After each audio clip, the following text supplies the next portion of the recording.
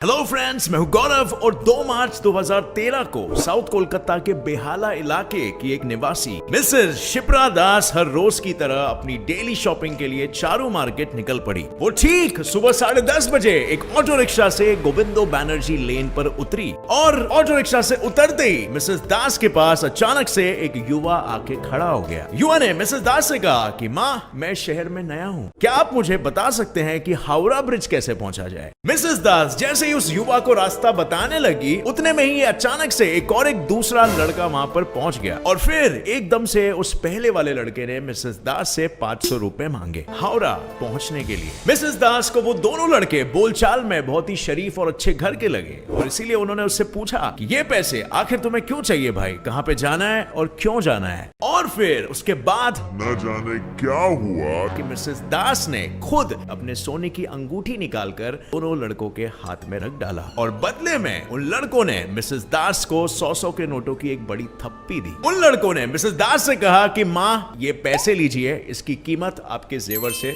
ज्यादा है। और ये सुनकर मिसेस दास तुरंत मान गई, इवन दो उसका इन्हें बेचने का कोई भी इरादा नहीं था। नोटों की थप्पी अपने हाथ में रखकर रिक्शा में वापस बैठकर वो खुशी खुशी अपने घर आने लगी और उसके बाद जो हुआ उसने सभी के होश उड़ा दिए। रिक्शा में बैठकर जब उसने नोटों की गड्डी को गिनना स्टार्ट किया तो उसने पाया कि उन नोटों में से सिर्फ पहला और नीचे का दूसरा वाला नोट ही असली था और बाकी बीच में भरे थे सिर्फ कोहरे कागज। बट आखिर कैसे कोई भी बिना पैसे को गिने किसी अनजान इंसान से कैसे पैसे ले सकता है, वो भी अपने ही जेवर बेचकर। आखिर क्या जादू हुआ था मिसेस शिप्रा दास पर कि उन्होंने अपनी मर्जी के बगैर अपने ही मर्जी से अपने जेवर चोरों के हाथों में रख दिए। मिसेस शिप्रा दास का कहना है कि उन दोनों चोरों ने उसे सम्मोहित यानी कि हिप्नोटाइज कर दिया था और उन्हें अपने वश में लेकर ठग दिया। और फिर फ्रेंड्स, पता चलता है कि ये एक ऐसा इकलौता केस नहीं है जो ऐसा हो चुका है, बल्कि कई ऐसे ही सिमिलर केसेस मुंबई, दिल्ली और कई बड़े बड़े शहरों में आए दिन देखने मिलते रहते हैं। क्या चोरी है, राइट? न चाकू, न छुरी, न बंदूकों की जरूरत, ना कोई चिल्लम चिल्ली, ना कोई खून खराबा। इनफैक्ट इंसान खुद ब खुद अपने ही गहने अपने ही हाथों से चोरों के हाथ में सौंप देता है। लेकिन फ्रेंड्स, यहाँ पर सोचने वाली बात यह है कि ये सब असल में होता क्या है। मोस्ट ऑफ द विक्टिम्स बोलते हैं कि हमें हिप्नोटाइज किया गया, हमें अपने वश में कर लिया गया, हम जो नहीं करना चाहते थे हमसे वो करवाया गया। क्या ऐसा सही में हो सकता है? क्या किसी इंसान को अपने वश में करके उसे कठपुतलियों की तरह नचाया जा सकता है? I mean, जरा इस क्लिप को देखिए, एक ही साथ कैसे सैकड़ों लोग हिप्नोटाइज हो रहे हैं। जैसे हिप्नोटाइज करके ये हिप्नोटिस्ट तो मोदी जी को भी अपने जेब में रख दे। या फिर कभी हमें स्टेज पर कुछ अनजान लोग हजारों लोगों के सामने हिप्नोटाइज होते दिखते हैं। और वेल फ्रेंड्स, आज की हमारी ये वीडियो इसी रहस्यमय टॉपिक को तह तक जानकर रहेगी और करेगी इस मामले से पर्दाफाश। क्यों? कि किसी को तो करना पड़ेगा। आखिर हम कब तक जो दिखता है उसको ही सच मानते आएंगे? सो फ्रेंड्स, ये वीडियो देखकर आपका दिमाग खुलने वाला है, तो बीच में इसे छोड़कर कहीं पे भी मत जाना। And let's start with our today's video on hypnotism. अब फ्रेंड्स, आगे बढ़ने से पहले आपको तो पता ही होगा कि आजकल स्टॉक मार्केट में बहुत प्रॉफिट हो रहा है और अगर मार्केट गिरने पर आप इसमें इन्वेस्ट करना चाहते हो तो आपको एक डीमैट अकाउंट चाहिए होगा। मोतीलाल ओसवाल एक बहुत ही ट्रस्टेड ब्रांड है with over 10 lakh customers and 30 years experience. इसमें आप एक फ्री डीमैट अकाउंट खोल सकते हो और अकाउंट मेंटेनेंस चार्जेस भी नहीं भरने पड़ेंगे। मोतीलाल ओसवाल का एडवांटेज ये है कि यहाँ पर आपको मुफ्त में एक dedicated stock adviser, frequent market reports और 230 प्लस कंपनीज के 30,000 प्लस रिसर्च रिपोर्ट्स मिलते हैं। अकाउंट के लिए आपको सिर्फ पैन कार्ड, आधार कार्ड और बैंक प्रूफ ही चाहिए होगा। अगर आप भी स्टॉक मार्केट में इन्वेस्ट करना चाहते हो, नीचे डिस्क्रिप्शन में दिए गए लिंक पर क्लिक करना और कुछ डिटेल्स फिल करने के बाद आपको पहले महीने से ही 3000 के डिस्काउंट कूपन्स और 1000 रुपीज का ब्रोकरेज कैशबैक भी मिलेगा। ज्वाइन करने के लिए click on the link in the description. So friends, सम्मोहित करने की कला कई सदियों से चली आ रही है और पुराने जमाने में भी कई शैमन्स यानी कि जादूगर इस कला से कई लोगों को हिप्नोटाइज करते रहते थे। लेकिन मॉडर्न हिप्नोटिज्म की शुरुआत हुई 1774 में, जब फ्रांस मेस्मर नाम का एक डॉक्टर अपनी एक अनोखी कला को लेकर फेमस होने लगा। ये डॉक्टर मरीजों को कोई मरहम पट्टी से नहीं बल्कि एक ट्रांस स्टेट में ले जाकर उनकी बीमारी को ठीक कर देता था। डॉक्टर मेस्मर का मानना था कि सभी ह्यूमन बीइंग्स में एक अदृश्य सा फ्लूइड यानी कि तरल फ्लो करता है और किसी भी इंसान की तबीयत तब खराब होती है जब यही फ्लूइड का संतुलन बिगड़ जाता है। और इसीलिए वो अपने पेशेंट्स को एक डिम से लिट कमरे में एक हल्का फुल्का सा म्यूजिक लगाकर सुनाता था, जिससे वो रिलैक्स हो जाते थे और एक ट्रांस स्टेट में घुस जाते थे। इस ट्रांस स्टेट में वो उनके दिमाग में फ्लूइड्स की मात्रा को बैलेंस आउट करके उनकी बीमारी को ठीक कर देता था। डॉक्टर मेस्मर के इस बिलीफ या थियरी को उसने नाम दिया एनिमल मैग्नेटिज्म, और बिल्कुल इसी हाइपोथेटिकल वर्ड से इंग्लिश वर्ड मेस्मराइज भी बना है, जिसका मतलब होता है किसी को भी सम्मोहित कर देना। अब हालांकि उनकी ये एनिमल मैग्नेटिज्म वाली थियरी तो काफी डॉक्टरों और साइंटिस्टों ने रिजेक्ट कर डाली, लेकिन कई सारे रिसर्चर्स की दिलचस्पी मेस्मर के हिप्नोटिज्म द्वारा पेशेंट्स को ट्रांस स्टेट में पहुंचाकर उन्हें स्वस्थ करने में आने लगी। इस सो कॉल्ड स्किल में सभी लोग इंटरेस्टेड होने लगे। आखिर ये ऐसा क्या करता है यार जो इंसानों को कुछ ही पलों में एक नशीले से स्टेट में डालकर इनके सारे दुख और दर्द दूर कर देता है? और इन्हीं वैज्ञानिकों में से एक Scottish surgeon doctor James bread थे। डॉक्टर ब्रेड ने लोगों का हिप्नोटिज्म की कला को एक छल या चमत्कार की दृष्टि से देखने का नजरिया ही कंप्लीटली बदल डाला। उन्होंने इस पूरे प्रक्रिया को एक बहुत ही साइंटिफिक यानी कि एक ओपन दृष्टिकोण से अप्रोच किया, और बस तभी से ही कई सारे डॉक्टर्स का इस कला में एक एक्चुअल इंटरेस्ट आने लगा। क्या इस कला का कोई मेडिकल बेनिफिट हो सकता है? और आज करीब 300 साल बाद हिप्नोटिज्म यानी वही जादूगरी को साइंटिफिकली एक्सप्लेन करने का दावा दो थियरीज करती है। पहली है the state theory. State theory का मानना है कि हिप्नोटिज्म के बाद वो इंसान एक अलग ही स्टेट ऑफ कॉन्शियसनेस में चला जाता है।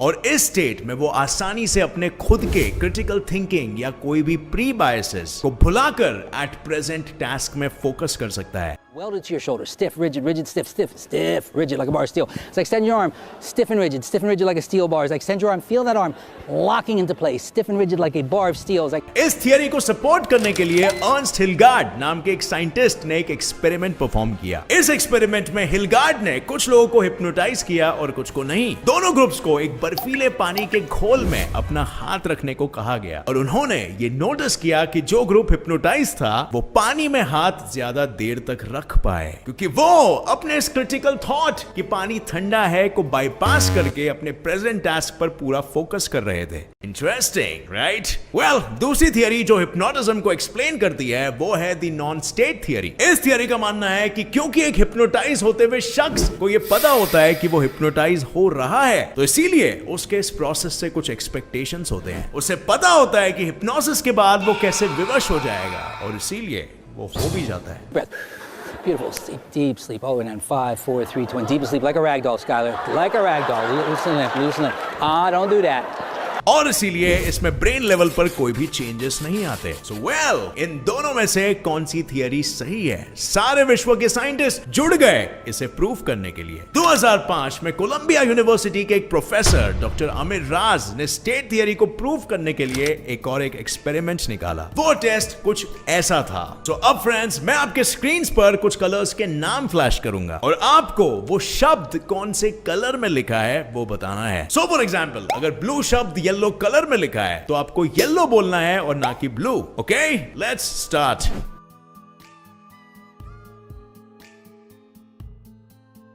काफी मुश्किल होता है ना? और वेल, ऐसा इसीलिए होता है क्योंकि हमारा ब्रेन उस वर्ड को एज अ वर्ड रीड कर रहा है और साइमल्टेनियसली उसके कलर को भी एनालाइज कर रहा है, और इस आपको दिए गए टेस्ट में कहीं ना कहीं कॉन्फ्लिक्ट हो रहा है। इस इफेक्ट को कहते हैं द स्ट्रूप इफेक्ट, और इस इफेक्ट का इस्तेमाल करके डॉक्टर राज ने एक साइड पे एक ग्रुप ऑफ इंडिविजुअल्स को लिया। इस ग्रुप में कुछ इंडिविजुअल्स को हिप्नोटाइज किया गया और कुछ को नहीं। डॉक्टर राज ने पूरे ग्रुप को एक बहुत ही स्पेसिफिक इंस्ट्रक्शन दिया कि अभी स्क्रीन पर जो भी शब्द आएंगे वे धुंधले हो जाएंगे और आपको उन शब्दों का रंग बताना है। लेकिन मजे की बात तो यह है फ्रेंड्स कि स्क्रीन पर आए हुए शब्द बिल्कुल भी धुंधले नहीं थे। इस एक्सपेरिमेंट का रिजल्ट यह निकला कि वो ग्रुप जिन्हें हिप्नोटाइज किया था उनका परफॉर्मेंस बेहतर तो निकला ही, लेकिन एक फंक्शनल एमआरआई स्कैनर में जब उनके ब्रेन के एक्टिविटीज को स्टडी किया गया तो यह पाया गया कि हिप्नोटाइज लोगों के दिमाग का वो हिस्सा जो शब्दों को समझता है वो एक्टिव हुआ ही नहीं था।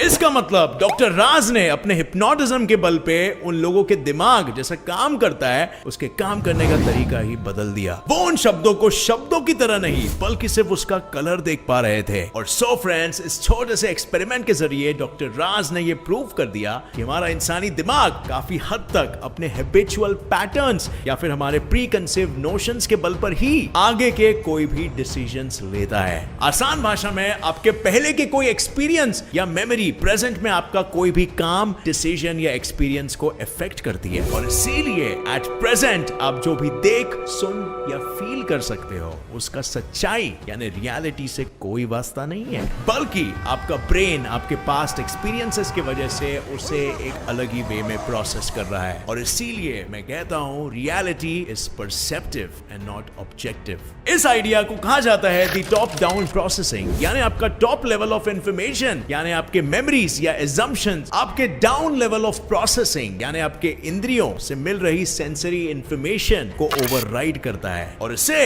एक्सप्लेन करने के लिए भी एक बहुत ही सिंपल सा एक्सपेरिमेंट परफॉर्म किया गया है। इस एक्सपेरिमेंट में एक ग्रुप को वाइन के 2 ग्लासेस दिए गए थे। उन्हें कहा गया था कि इन दोनों ग्लासेस में से एक ग्लास में बहुत ही महंगा वाइन है और दूसरे ग्लास में एक सस्ता सा चीप सा वाइन है। सभी पार्टिसिपेंट्स को दोनों वाइन्स को टेस्ट करके बताना था कि किसका टेस्ट बेहतर है, महंगा वाला या सस्ता वाला। और क्या तुम गेस कर सकते हो कि कौन से वाले वाइन को ज्यादा मार्क्स मिले? वेल, उस महंगे वाइन को। पर फ्रेंड्स, आप हैरान हो जाओगे ये जानकर कि दोनों भी वाइन्स बिल्कुल सेम थे। सो अब सवाल आता है कि उस सो कॉल्ड महंगे वाइन को सबसे ज्यादा मार्क्स क्यों मिले? वेल, इसीलिए क्योंकि हमारा टॉप लेवल ऑफ प्रोसेसिंग यानी हमारे बिलीव्स और पास्ट एक्सपीरियंसेस हमें कहते हैं, है ना, कि हमेशा महंगी चीज अच्छी होती है। और इसीलिए ये उन पार्टिसिपेंट्स के डाउन लेवल प्रोसेसिंग यानी वो वाइन को टेस्ट करते उनके सेंसेस को ओवर पावर कर दे रहा है और उन्हें वो महंगी वाली वाइन ज्यादा टेस्टी लग रही है। लेकिन फ्रेंड्स, आई नो आप ये सोच रहे होंगे कि ये सब गौरव आखिर हमें क्यों बता रहा है, इसका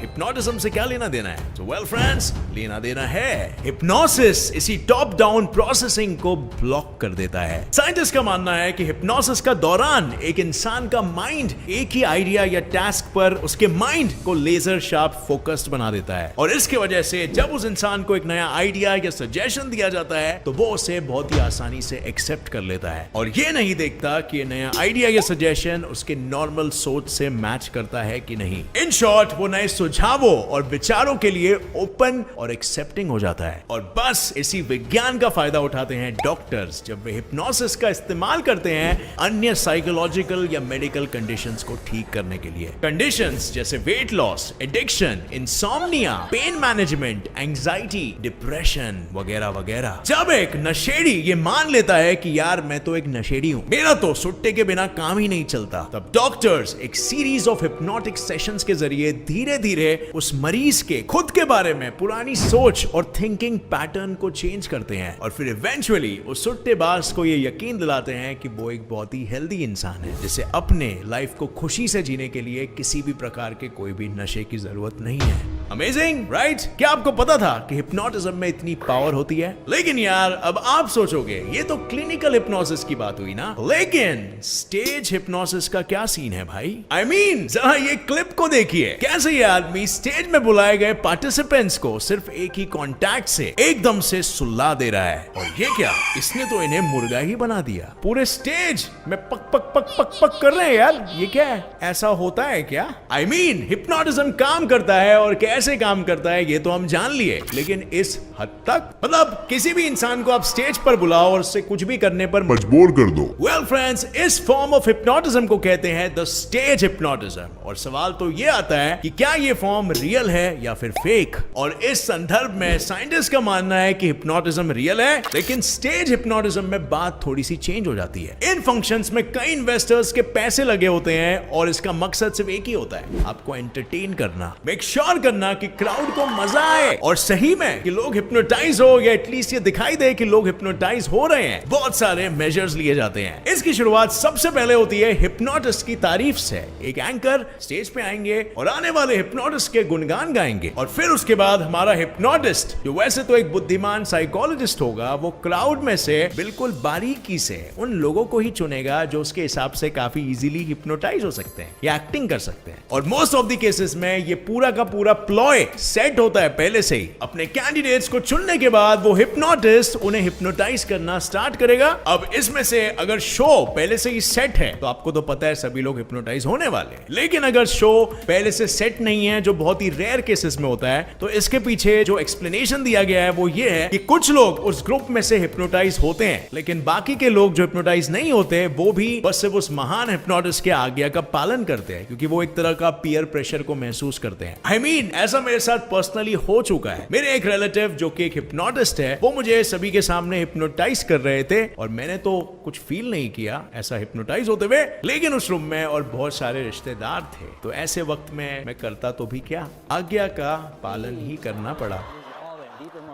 और बाय द वे उस हिप्नोटिस्ट ने मुझे पूछा था कि मैं पिछले जन्म में कौन था, और मैंने जवाब क्या दिया, एक हिप्नोटाइज्ड स्टेट में ये था मैं पिछले जन्म में। अगर हिप्नोटिज्म सही है तो मैं ये हूं। और आप लोगों को मुझे शुक्रिया देना चाहिए इंडिपेंडेंस का। वरी नॉट, आप आसानी से कर सकते हैं, बस एक लाइक जरूर ठोकना इस वीडियो पर अगर आपको वीडियो वैसे भी पसंद आई तो। और लास्ट में रिसर्च के वक्त मैंने ये चीज भी फाइंड किया, ये वीडियो जिसमें लास्ट में एक हिप्नोटिस्ट ने बताया था कि स्टेज हिप्नोटिज्म क्या होता है। वो वीडियो में तो वैसे सभी लोग हिप्नोटाइज होते हैं, लेकिन लास्ट में हिप्नोटिस्ट ये कहता है।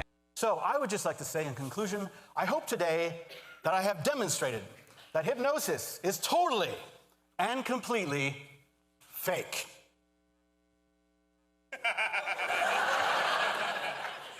Thank you very much.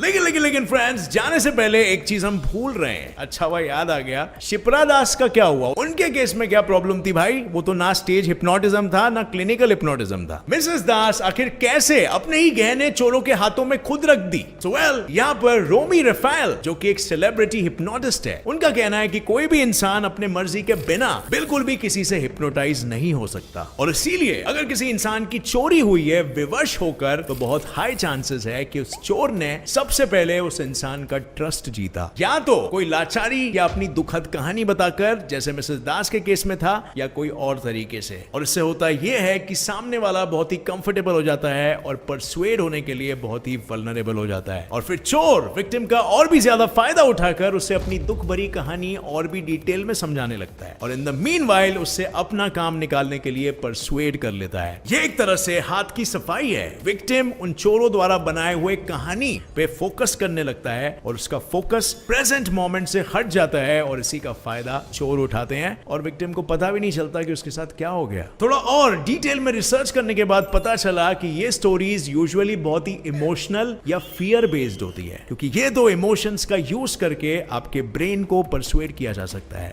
So well friends, अब आपको सब पता है, तो किसी भी कोई अनजान इंसान से कभी भी ज्यादा बात ना करे, और उनकी दुखद कहानी या वो इवन आपको डराने की कोशिश करे तो उनके डर में मत आइए, उनकी बातों को इग्नोर कीजिए और वहां से बस चले जाइए। सो अब फ्रेंड्स, आपको हिप्नोटिज्म का साइंस बिल्कुल ही समझ में आ गया, और उम्मीद है आपको ये वीडियो देखकर कुछ नई चीजें बिल्कुल जानने मिली अपने दिमाग के बारे में। स्पेशली अपने फ्रेंड्स और फैमिली के साथ ये वीडियो जरूर शेयर करना, ताकि हर कोई सतर्क रह सके। और मेरे channel get set fly science को सब्सक्राइब कीजिए और दबाइए नीचे दिया गया बेल आइकन, ताकि आप आगे आने वाली हमारी कोई भी वीडियो को मिस ना कर सके और ऐसे ही हमसे हिप्नोटाइज होते रह सके। अगर कोई सवाल या डाउट हो तो नीचे कमेंट करना, मैं पूरी कोशिश करूंगा जितने हो सके उतने कमेंट्स को रिप्लाई कर सकूं, और बहुत ही जल्द लौट आऊंगा आपके लिए एक और एक एक्साइटिंग वीडियो लेकर। Till then, stay curious, keep learning and keep growing. जय हिंद।